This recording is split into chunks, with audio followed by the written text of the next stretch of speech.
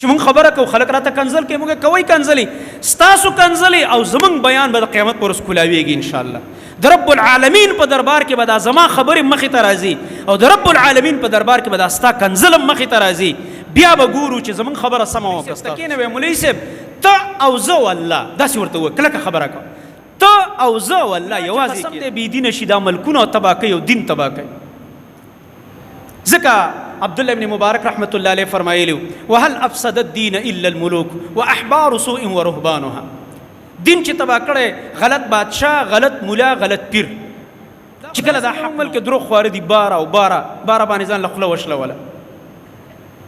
دا خپل بدعت دپاره دا کارونه کوي. یو کاروبار دی، یو دکانداري ده روانه. میلاد النبي او داسې نور ډېر بدعات چې د نبی علیه السلام زمانه کې دا دین نه و، د ابوبکر صدیق رضی الله عنه زمانه کې دا دین نه و، د عمر رضی الله عنه زمانه کې دا کارونه نه شوي، دا دین نه و، د عثمان رضی الله عنه په 12 کاله دور خلافت کې دا دین نه و، د علی رضی الله عنه 6 کاله دور خلافت کې دا دین نه و، د معاویه رضی الله عنه 20 کاله دور خلافت، 20 کاله امیر الشام او بیا هغې نه بعد 20 کاله امیر المؤمنین، 40 کاله حکومت کړی دی. د هغه نه به څوک په نبي علیه السلام ډېر مین وي. 40 کالو کې ربیع الاول راغلی، 12 ربیع الاول راغلی، چېرته عید میلاد النبي مناو کړی دی؟ دا لوبې کړي.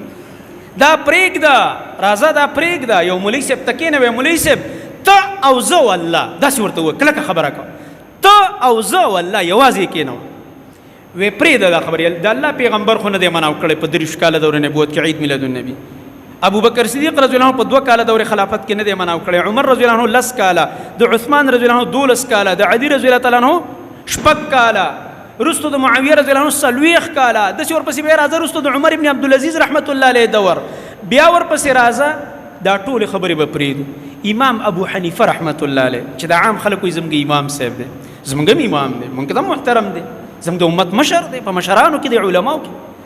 چرته امام ابو حنیفه رحمت الله علیه یو ټکی ویلی دی دا 12 ربیع الاول د هغه په ژوند کې راغلی که نه چې راځئ ای زما ملګرو شاګردانو چې موږ عید میلاد النبي منو. امام صاحب نه ثبوت نشته، امام شافعي رحمت الله علیه نه نشته، د امام مالک رحمت الله علیه نه نشته، د امام احمد بن حنبل رحمت الله علیه نه نشته چې د دې څلورو امامانو په نوم باندې خلکو مذهبونه او مسلکونه جوړ کړي. د دوی نه دی ثابت.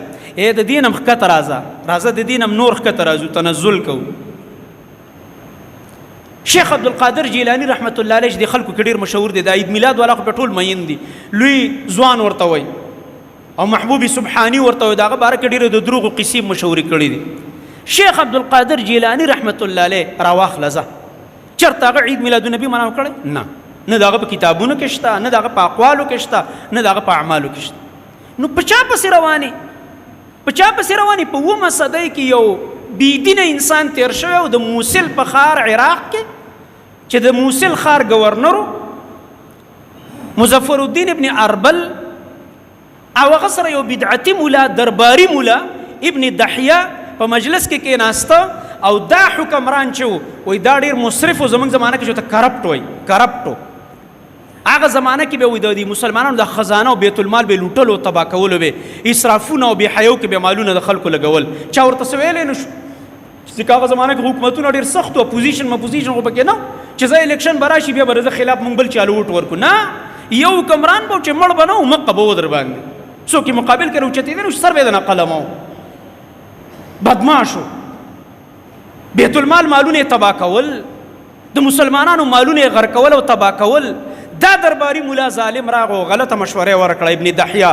وایي مړه ته خاصم د مسلمانانو د مالونه تباه کوي او خلک در باندې ټول بد وایي، د خلکو په سترګو کې بد ښکاري. یو مشوره نه در کومه، مولا چې قسم دی بېدینه شي دا ملکونه تباه کوي او دین تباه کوي. ځکه عبدالله ابن مبارک رحمت الله علیه فرمایلی وهل افسد الدین الا الملوک واحبار سوء ورهبانها. دین چې تباه کړی غلط بادشاه، غلط مولا، غلط پیر چې کله دا حق نه وایي. هغه ویل څنګه مشوره راکړې؟ ویل داسې کار وکړه ربیع الاول په میاشت کې خو نبي علیه السلام پیدا و که نه، اگر چې تاریخ خو معلوم نه دی.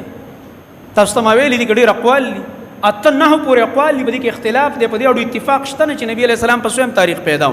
مشهور او راجح او ټول نه قوي پکې دا چې 9 ربیع الاول باندې نبي علیه السلام پیدا دی. دا خو داسې زموږ ملک دروغ خواره دي، باره باندې ځان له خوله وشلوله. دا خپل بدعت دپاره دا کارونه کوي. یو کاروبار دی، یو دکانداري ده روانه ده، بس چې موږ خبره کوو خلک راته کنځل کوي، موږ کوي کنځلي، ستاسو کنځلي او زمونږ بیان به د قیامت پر ورځ کولاویږي انشاءالله. د رب العالمین په دربار کې به دا زما خبرې مخې ته راځي او د رب العالمین په دربار کې به دا ستا کنځل هم مخې ته راځي. بیا به ګورو چې زمونږ خبره سمه وه که ستاسو سمه. یوم الفصل د فیصلې ورځ را روانه ده انشاءالله تعالی. دلته چې موږ په دې دومره ذمه دار ځای باندې ولاړ یو، دا مخې ته قرآن او دې طرف ته حدیثو کتاب پروت دی، موږ به د ځان نه خبره کوو.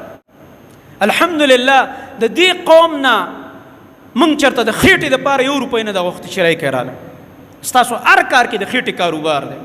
اله مړی دی سقات وکړه، اله مړی دی الوا پخه کړه، اله مړی دی شابه قلبا لاله کړه، اله مړی دی اله شابه دا چل وکړه، جمعې شپې خیرات وکړه، اله مړی دی څلوېښتي وکړه، اله مړی دا مړه چې ماشومې سپاره ختمه کړي د ده پکې شکرانه په هر شي کې کاروبار دی.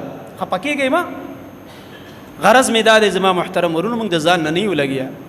والله العظیم چې په دې کې یو دلیل هم وی، یو دلیل په قرآن کې یا په حدیث کې، په رب العالمین دې زما قسم چې سم دا نورې مسلې کوو او د چا پروا نه ساتو، دا به مې هم درته کړی چې شته مړه یو نری دلیل موږ سره شته د عید میلاد النبي دغه دلیل دی. خو په رب العالمین دې زما قسمي که به په قرآن کې په دې دلیل یا به د نبي علیه السلام په یو حدیث کې دلیل یا به د صحابه کرامو په ژوند کې یا به په دې 4 مذهبونو کې چې دا خلک ورته 4 مذهب وایي، نشته چې نشته. ولې هغه سیز ته دین وی چې نبی ورته دین نه دی ویلی، صحابه ورته نه دی ویلی، ائمه مجتهدین او خیر القرون چې غوره زمانې وي هغې ورته دین نه دی ویلی. دې سره معاشره تباه کېږي، دې سره عذابونه راځي او بیا شرک او بدعت کېږي او هر څوک خاموش. او چې څوک حق وي هغه ته پرېږده یاره رد پې مه کوئ، څه ترې غواړئ پرېږده. دقې سره د الله عذابونو ته دعوت ورکول کېږي، دین ورانېږي، د دین نقشه نړېږي او خلکو اړو زړه درد نه کوي په دې باندې. دا د عذابونو اسباب دي.